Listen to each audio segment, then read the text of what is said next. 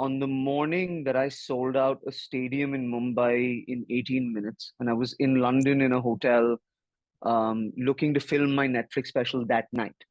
I lost my voice. This was 9 weeks ago. A voice would not come out of me. And it took 8, 9 weeks to get my voice back. Um, and then that kind of became the show. Do you know what I mean? Because if you're searching for an authentic manner of telling, which is I think is what modern stand-up is now. I think it's not just is the material good, but is the manner of telling authentic. Then you owe it to yourself to lean into those experiences. So earlier, I was just doing a show about happiness, and then it became a show about silence and how they correlate to each other because I was silent for 6 weeks and not knowing if I would talk again. I'm very nervous. I'm not gonna lie. Um, it's a weird month to be a foreigner in America hosting a massive award show, in a room full of foreigners, in a hotel in New York City. I don't think it gets quite as timely as that. And so I think I'm nervous about capturing the feeling in the room and capturing the feeling of the country and making it a celebration of underdogs, which is who I think the people who come to the international Emmys are underdogs.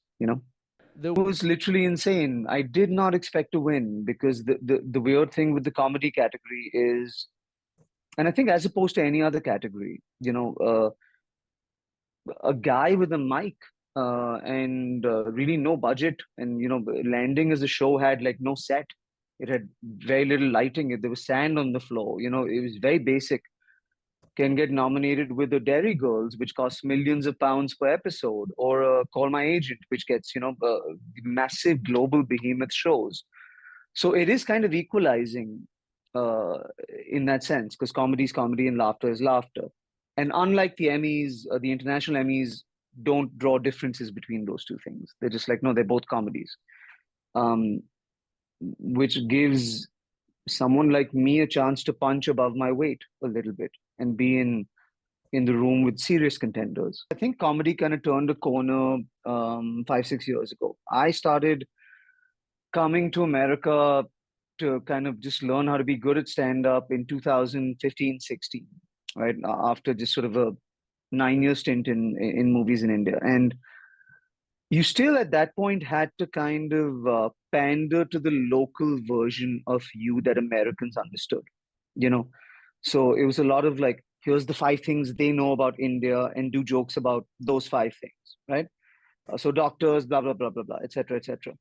And then Netflix, Amazon, YouTube, et cetera, et cetera. And now it's kind of more important to do you. And no matter where you are in the world, can I take you home with me?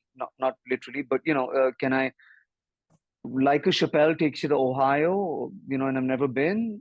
You're coming to Mumbai with me.